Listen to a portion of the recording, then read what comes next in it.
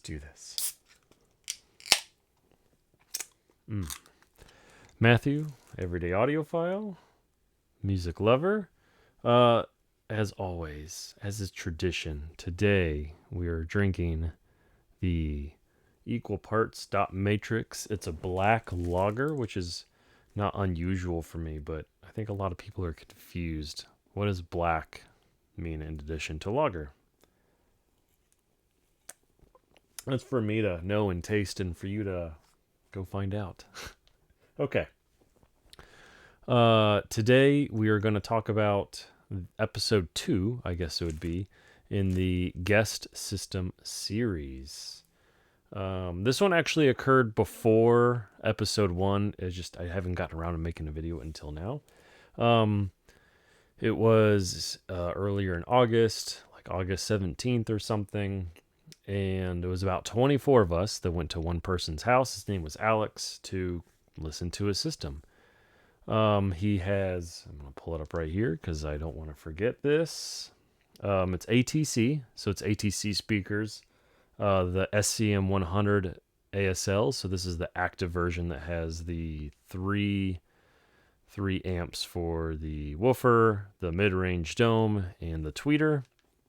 And then all driven by an AccuPhase preamp that goes through a mini DSP for Dirac for some room correction, and I'll talk about that afterwards. He's going to show that you'll see in a sec. This is the very first one that I recorded. The owner of the system kind of talking about the choices that he made and how he got to that point. It's not a complete representation of where I want this guest system series to be, but it's moving in that direction. So I'm gonna go ahead and cut to that, and we'll chat with y'all afterwards. It was actually show in New York when I used to live in New Jersey. I went there in the room. I really didn't know anything about ATC before that, right? I walk in the room and say, "Oh, that sounds better than like the whole floor I just walked." Right? And they were smaller version, right? And I said, okay, if I want ATCs, because I want a studio monitor. That's was my approach, right? I want a real studio monitor as a speaker. There are not that many brands. There's the Genelec, there's the ATC, there's the PMC, Fockhouse. Well, Fockhouse doesn't make big speakers. Studio is small one, like this. The Trio. Yeah, Trio. Yeah. Trio 11, that's the biggest one. So I said, okay, what am I going to do? And the cage, what was cage speakers?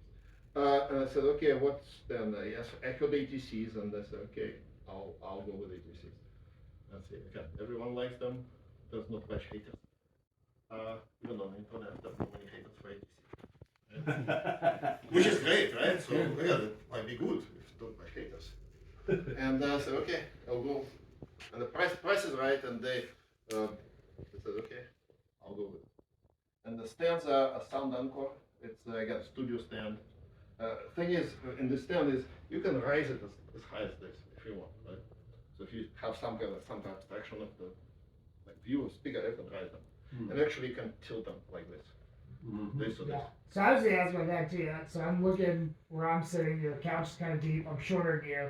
Do you sit to where your ears are aligned to that top tweeter? No, or to the your ears should be aligned with mid-range. Alright. And five Everyone degrees. slouches except for you. Yeah, I sit pretty straight. Yeah, mid-range and 5 degrees below. That's the official range. That's the right? range, okay. Not above. Above you started losing mid-range because it gets holder in the right? Yeah. Because vertical, it does very wide horizontal expression, but not very wide vertical. Vertical you need to be really put in a tight range. Okay. That's why I say when you're standing, it's not the sound. Yeah. What's this? Your crossover down at the bottom? Yeah. So okay, I'll explain. Okay, it means the speaker is like active, right? So it gets XLR analog input, right? No digital, nothing, just pure analog thing. Okay, the chain is Oppo is I use it as a DAC player, right? For DAC, there is another Raspberry Pi, which is streamer. It sends USB data to Oppo. Oppo does digital to analog, sends it to AccuPhase through balance. Again, balance connections everywhere. The AccuPhase is a control amplifier. It does all kind of things. You can do like tone control, you can do inverse the phase, all of the jazz, right? And it has a tape loop. So you can insert something in analog before volume. So it means after input, but before the volume control, right? And that's where I insert the digital processor. So why they use it there? Because I have issues with the low bass. There's a room mode. One of them is 40 hertz. So you can tune that out of it. Yeah, I need to get out of it because it starts like kind of blotting bass, right? I don't like it. So what I did, I bought mini DSP to run direct, but I don't use analog input output on it. I use it as digital only, and I use the box in the bottom. It is ADC and DAC in one box. It's a studio grade device. Runs 2496 fixed rate, right? So what I do, I insert it in the tape loop in AccuPhase. So it means that analog out into ADC, digitized to mini DSP, output to DAC, and back to AccuPhase. But thing is, it's very easy. There's a switch here. If I take this switch, I switch this one in and out. I can take it in, take it out. Very It easy. just drops out of the circuit. Yeah, out of the circuit completely. Just one turn on the switch. That's cool. So, but again, I like it more when it is in chain. So that's what it is. Yeah, that's the main thing, right? Inputs. Other than that, turntable. It's a Japanese Pioneer from 1979, vintage, right? Direct drive and liner tone amplifier. It's a still 9-inch, but liner. Tangential.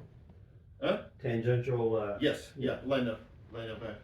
And it's unlike any others. There's no really there's something like with air bearing or something. There's not.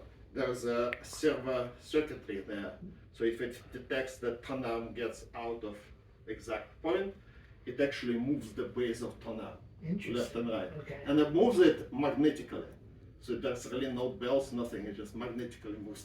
Yeah, but it's servo. That's And there's a servo loop Yeah. there, right? And again, if you look there, you won't notice it. It just straight pretty much times moves. And specifically when they have run out, right? You see how Tanava.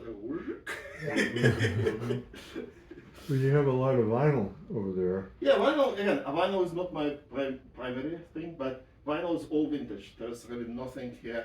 Again, if you want to see, I have my catalogs, right? This is my vinyl. Catalog?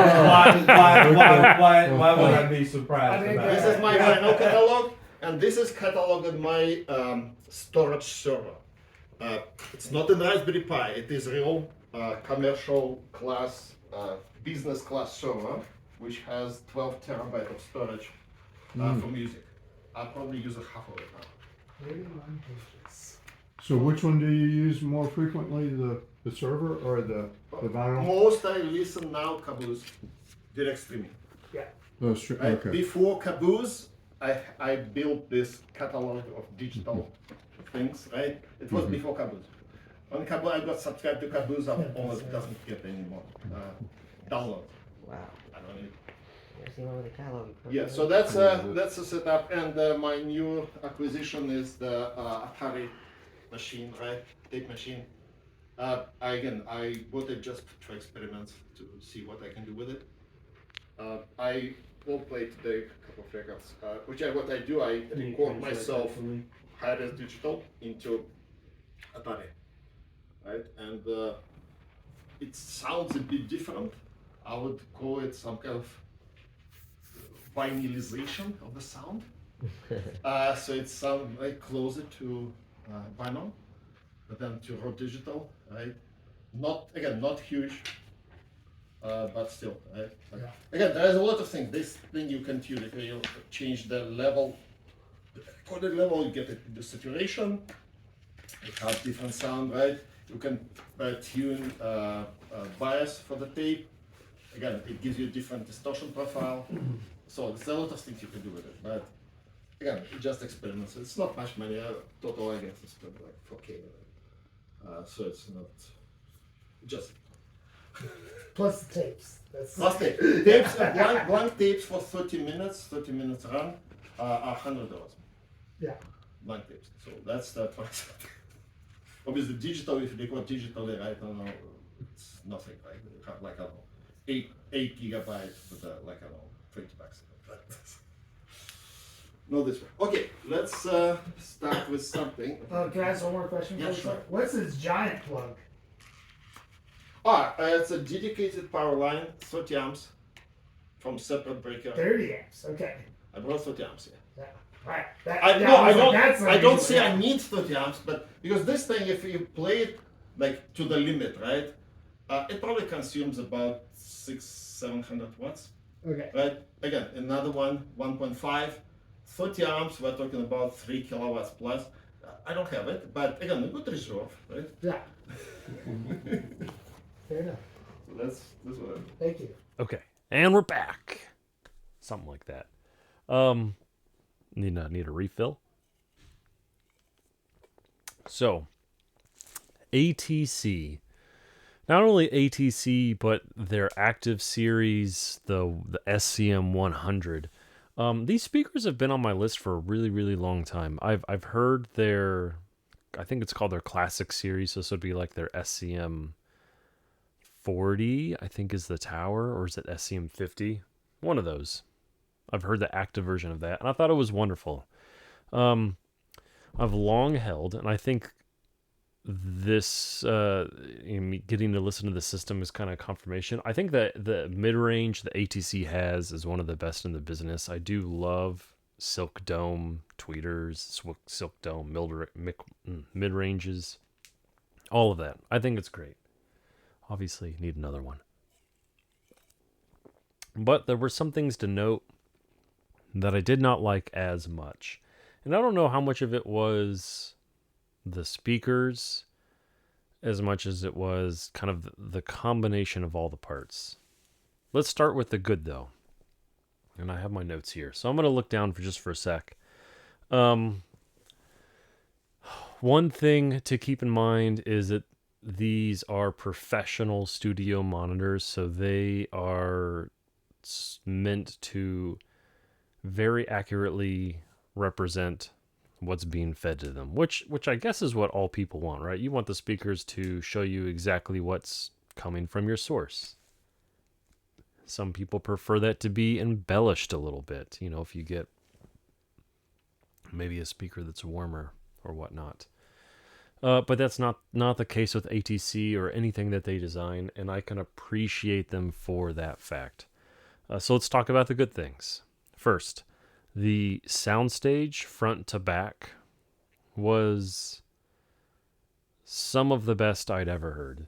Now, its absolute depth wasn't what impressed me, right? Like when I look at Terry's system, the depth of that, the absolute depth of that, the ATC couldn't match it.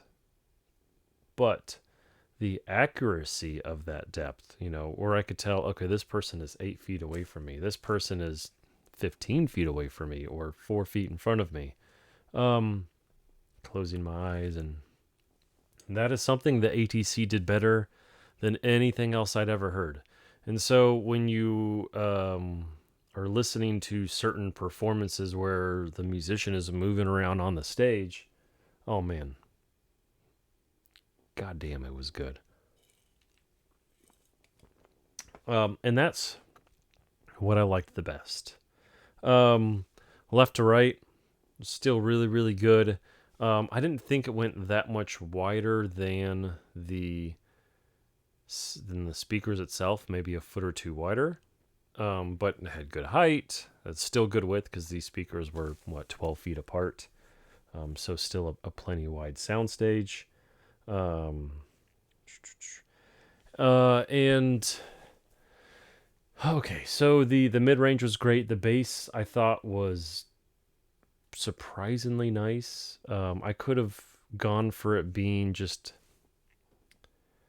a little bit deeper, but man, it had punch. It had punch like you wouldn't believe for something that didn't have subwoofers. So again, super nice. it's hard to tell in any of the pictures or the video that you just saw, but on one side he has a wall of vinyl, and that does a pretty good job for room treatment for what it is. On the other side, to the left-hand side, is windows. And you can't really put room treatment on that. So while the lows and the mids weren't really affected by it, I kept on getting this weird decay in the highs.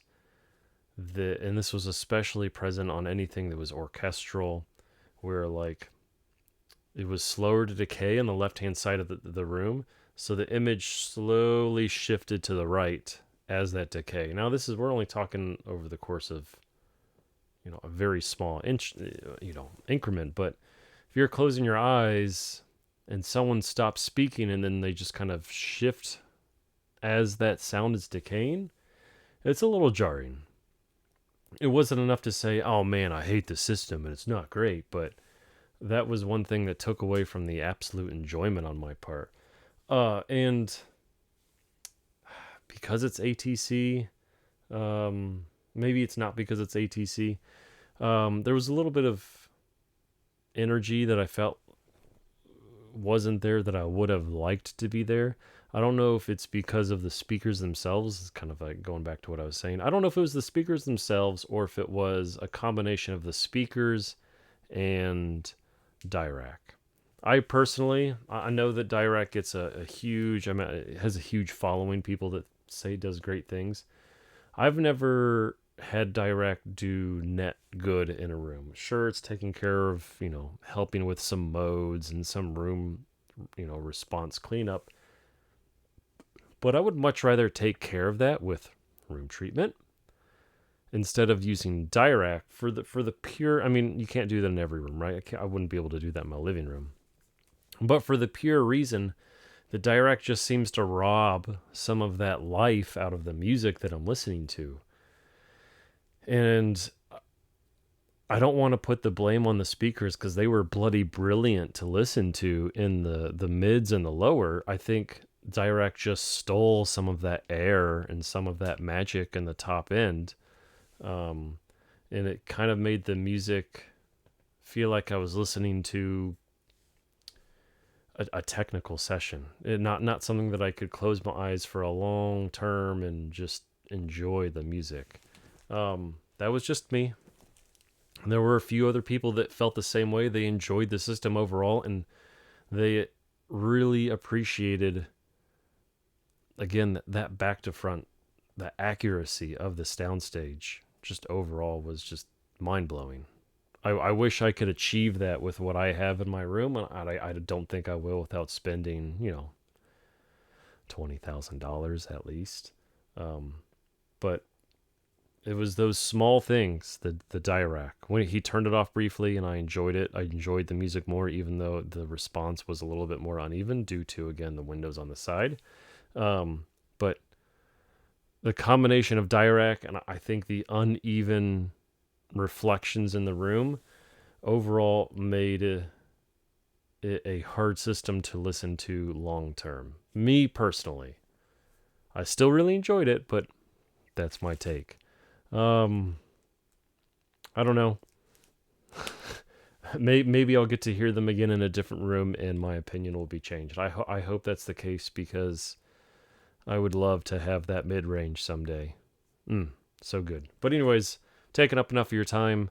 Hope you enjoyed it. See you next time.